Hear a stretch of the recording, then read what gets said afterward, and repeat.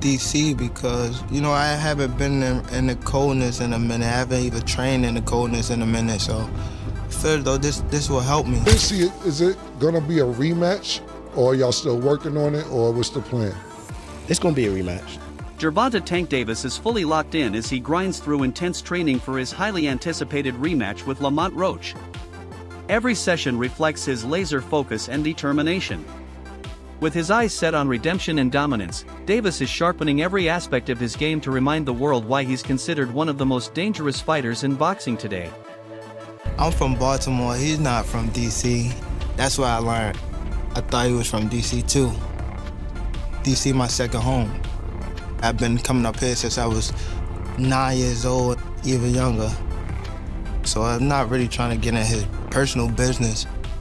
Probably just showing him that, you know, I could do anything, especially in your backyard.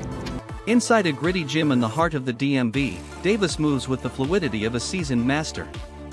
His punch precision is razor sharp, and his footwork is surgical. Each motion is controlled, calculated, and lightning fast. He glides around the ring like a phantom, showcasing slick combinations and elusive counters that prove he's not just training, he's perfecting an art form.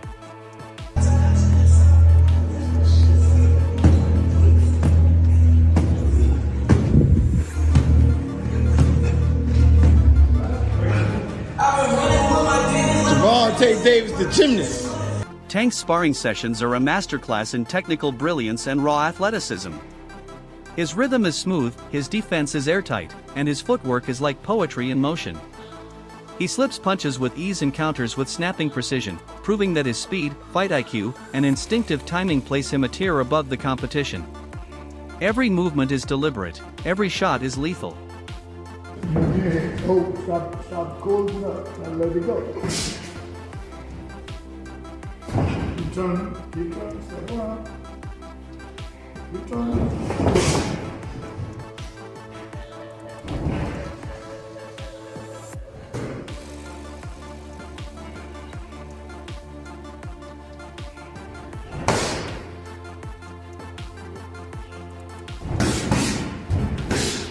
As Tank slams his fists into the heavy bag, it's clear he's training with a vengeance.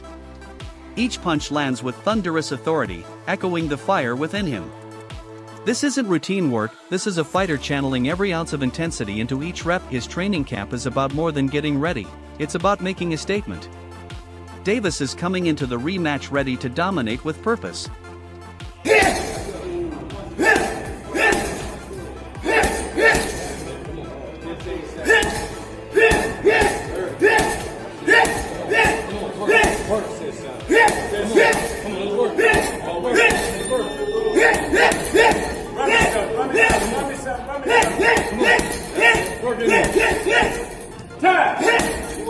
Legendary boxing analyst Teddy Atlas has lauded Davis for his unmatched composure under pressure. According to Atlas, what separates Tank from most knockout artists is his poise. He doesn't rush, doesn't panic. He reads, waits, and strikes with precision. Atlas describes him as a complete fighter, one who can shift gears seamlessly, counter with brilliance, and generate fight-ending power at any moment. His unpredictability makes him a nightmare to prepare for. Get to us, but we're gonna frustrate him. He doesn't get frustrated. He takes his time, he's deliberate. You know, a lot of times at the beginning, people thought he was just a seek and destroy missile. They thought he was just a guy that got to you. And they thought that he would get over anxious. He don't get over anxious. He takes his time. He slowly crosses closes those gaps. You know, inch by inch, step by step, and then he gets to you. One of Davis's greatest assets is his adaptability. Whether he's stalking an opponent with relentless pressure or outboxing them from a distance, Tank has proven he can adjust his approach on the fly. He's a versatile threat who doesn't rely on a single blueprint. That dynamic skill set allows him to dismantle opponents in a variety of ways, making him one of the most dangerous and flexible fighters in the game. He can set traps. He can use his legs to move around a little bit and wait for the right spot, the right entry point to come in with a dangerous guy. He can do it all, and he can figure it out on the fly with the cerebral part I'm talking about, right? And he's at his prime. See, that's the key. That's the part you got to put in there. He's at his prime. Teddy Atlas broke down Davis's methodical style, emphasizing how Tank takes his time breaking opponents down. He doesn't come out reckless, he gradually applies pressure, controlling the pace and analyzing weaknesses. It's a slow burn that turns into a raging fire. Atlas believes Davis is currently at the peak of both his physical strength and mental sharpness, a rare convergence that gives him a decisive edge over anyone in his division. He reminds me of the old-time janitors, the superintendents in the big buildings, those big buildings, and they had a big brass key ring about this big with 1,000 keys on it. But every key, they knew that key was for a certain door to get into the building. When he's moving around, I'm saying he's the super with that big key ring, and he's looking for the right key to get in the door. You're great with the analogies. I love it. I love the analogies. And he finds the right key. He does. He doesn't walk into a room and like, bang, oh my God, I shouldn't open that door. And a lot of guys do. Romero walked into that room. Garcia walked into that room, So he don't. And that's part of what separates him and makes him a guy that's one of the most complete fighters right now of our time. Tank's training regimen is relentless and unconventional, often stretching late into the night. He believes night sessions build stamina and simulate real fight conditions under bright lights. These nocturnal workouts focus on movement, explosive power, and laser-accurate precision. Davis is making sure no detail is overlooked as he preps for a war. His dedication speaks volumes. He's coming to the ring in peak form. We just go away and be... But you specifically? Me? First of all, I get a camp house, out here. Like day one in the camp, I start running probably like, it's different times. I might don't feel like running in the morning. I might run at night, It all depends what fit you. Like, I'll run in the morning. If I don't, I'll run at night. Train probably like 2 or 3. If I want to do something again, I train at night. Or I run, and that'll be it. But when I'm in camp, I really don't go outside. Like, it's hard for me to go outside, so I just be in the gym and home. For a very, very big moment, what is your normal day-to-day like at this time of a camp? I'm also a night person, but I might go to sleep probably around like 3 to 4. Probably wake up probably like 11, get my run in, and then eat, probably lay back down, and then wake up probably like 6 or 7, get my night workout in. Damn, so you're doing 2-a-days at this point, running. During training, Davis's punching power is impossible to ignore. His heavy bag sessions are violent, rhythmic symphonies of force. Each blow lands with terrifying precision and thudding weight. The sound of leather cracking against canvas reverberates through the gym. But this isn't just about brute force. Tank is fine-tuning his timing and accuracy, knowing that Roach has studied him closely. This rematch is personal, and Davis is determined to deliver a definitive performance that leaves no doubt about who the superior fighter is.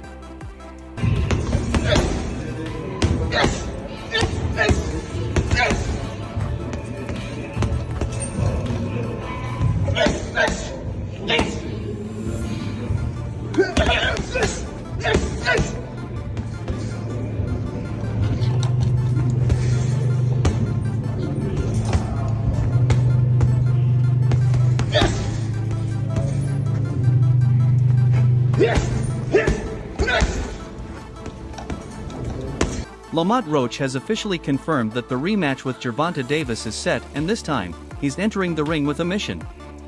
Still feeling robbed after their controversial first encounter, Roach is determined to leave no doubt about who the better fighter truly is. His current training camp is laser-focused on correcting past mistakes, tightening his defense, and enhancing his offensive output. Despite stepping up in weight, Roach is unfazed by Davis's power. He's meticulously studied Davis's tendencies and believes he's found the weaknesses he can exploit.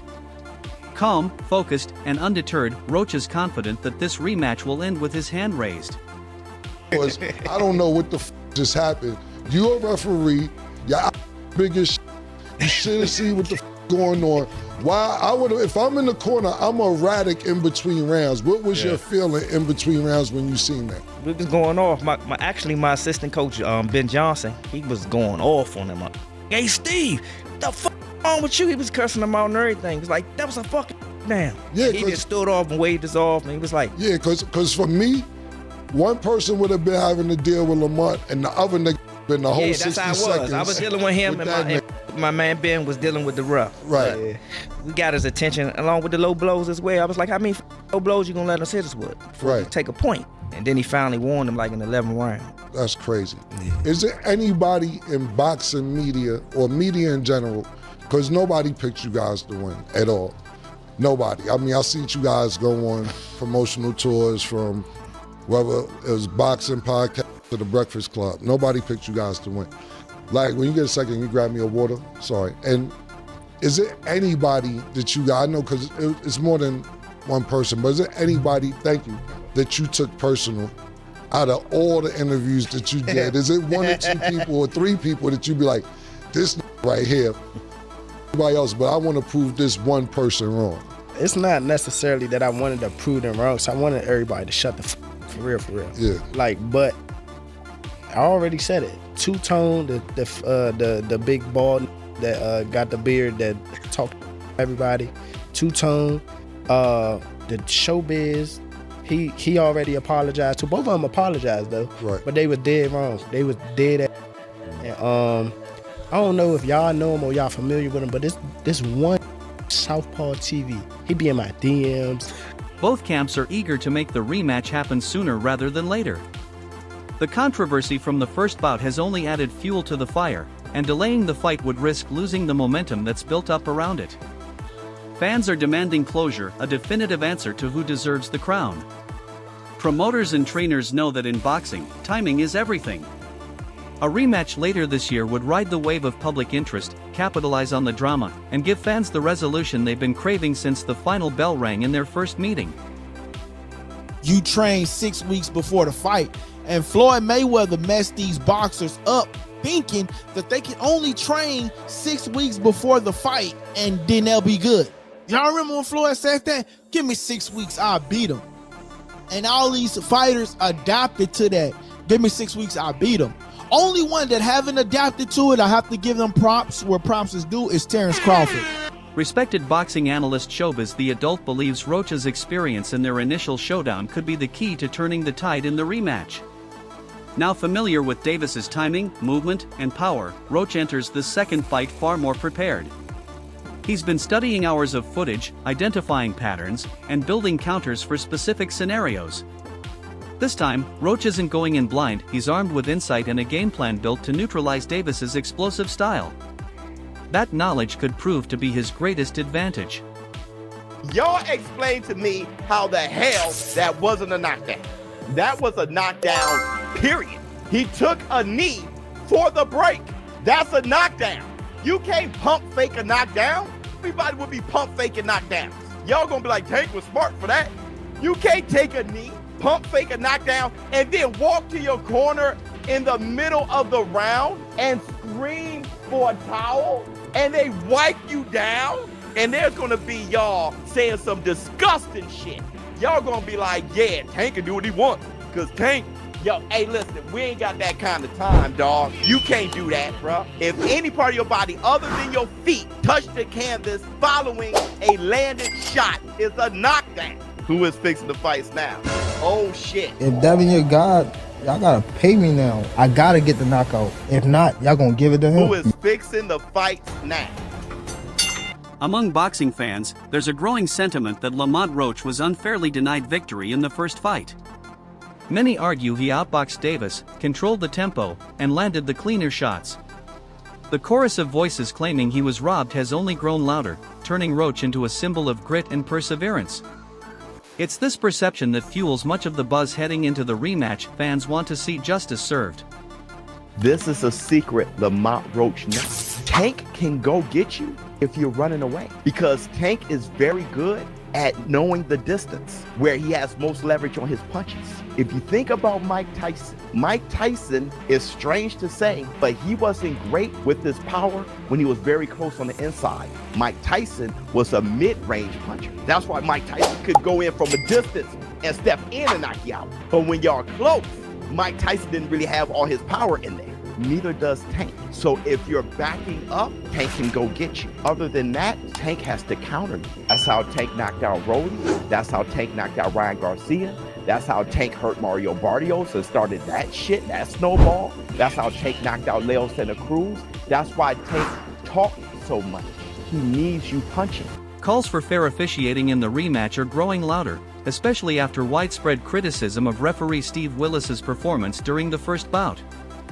Fans and analysts alike believe some of his decisions appeared to favor Davis, potentially swaying the outcome. Roach's camp has taken a firm stance, demanding a neutral referee who will let the fighters decide the match based solely on skill, not questionable calls. The pressure is on the sport's governing bodies to ensure that this rematch is judged with absolute impartiality. You know, obviously the part with the grease in the eye, that took on a life of its own, you know what I'm saying? That was a headline in the fight. One is, what did you think when he said that initially, just like the grease in the eye? But two is like, when you was in the fight, was there any point that you saw that? Like, did you see like him kind of messing with his eye, or did you have any indication that that was something that was bothering him?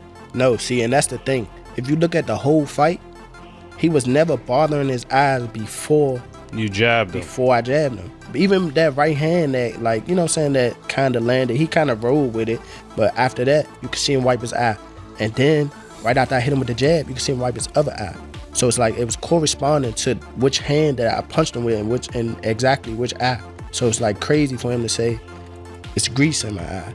And I think even when he say that, you could see me, because I'm right beside him, you can see me like, nigga, what you talking about? So, right. But you say you don't think he willing though. Whatever. See, but who cares? Like, sweat gonna get in your eye, blood gonna get in your eye. Yeah, it don't matter. Spit fucking around and get in your eye. You know what I'm saying? But it's not like you can be like, all right, time out, ref. Hold on, Take no ref. time out. You can't do that. Right. Would you be cool with Steve Willis doing the next fight? Hell no. He can't do the next fight. No, he can't do the next fight. Right. No. Pops is a no? Hell no. Yeah, fuck that nigga. Yeah. You know how many Coach Ben on him, man. He lucky he ain't running Coach Ben after that fight. But look at how many times he fucked the fight up though. Right. The knee, him going to the corner to get assistance, like, who knows? Not saying that they did any cheating shit or nothing like that. But like, he wiped his face with a towel. You can't do that. Right. You can't do none of that. Right. That's a disqualification. You turned your back on the ref after you took a knee. Usually the ref will be like, all right, he don't want to fight no more. Fight's off. Following the first fight, Davis shocked fans by blaming his underwhelming performance on an unusual excuse, grease from his hair interfering with his vision. While some saw it as a harmless post-fight remark, many fans took it as a refusal to acknowledge Roach's strong showing. Critics argued that the excuse diminished Roach's efforts and raised doubts about Davis's mindset. If nothing else, it highlighted the tension and psychological warfare already bubbling beneath the surface ahead of the rematch. We gotta talk about it. So, Tank officially came out and says that he wants to put this rematch as early as May. Now, if that were to happen, Lamont Roach gets a second time to prove himself. Now, in my personal opinion, his stock has already risen. He is already notable. The fact that he went toe-to-toe with Tank on a decision that ended in a draw, whether he loses this second fight or not won't even matter. Because he's directly in line to go against the Keyshawn Davis, the Shakur Stevensons, and etc., the Devin Haney's, and etc. I can see him moving up and going against Devin Haney or Ryan Garcia or somebody like that. So many people to fight. Lamont Roach has definitely proven himself. But let's talk about something else. And that is the hairstylist situation. In my humble opinion, I believe she should have been quiet. As a hairstylist, there was nothing for you to say. No fan in boxing was going to look at that like, I don't want her to braid my hair. No one would have said that. But she hurt herself when she came out and publicly made multiple claims on all these receipts that no one needed, no one asked for, saying, "Oh, this had no grease or oil in it." No one cares. No one cares. Nobody even believes it. Sometimes it's best to remain quiet. But you guys let me know in the comments. Should she have remained quiet, or should she have did what she did, which is spoke up? You let me know. Heading into their first fight, most fans expected Davis to dominate Roach, especially given the size advantage. But what actually happened stunned the boxing world. Roach not only survived Davis's power, he stood toe-to-toe, answering fire with fire. His resilience and sharp counters turned the match into a dogfight, proving he belongs in the ring with one of boxing's most feared punchers. That performance has lit a fire under the rematch, giving Roach the belief that he can do more than just survive, he can win. Nobody, and I repeat, nobody likes ties in a damn boxing fight, bro. A tie? Are you kidding me? Like, I'm not gonna lie, like round 8 or 9, that was going crazy.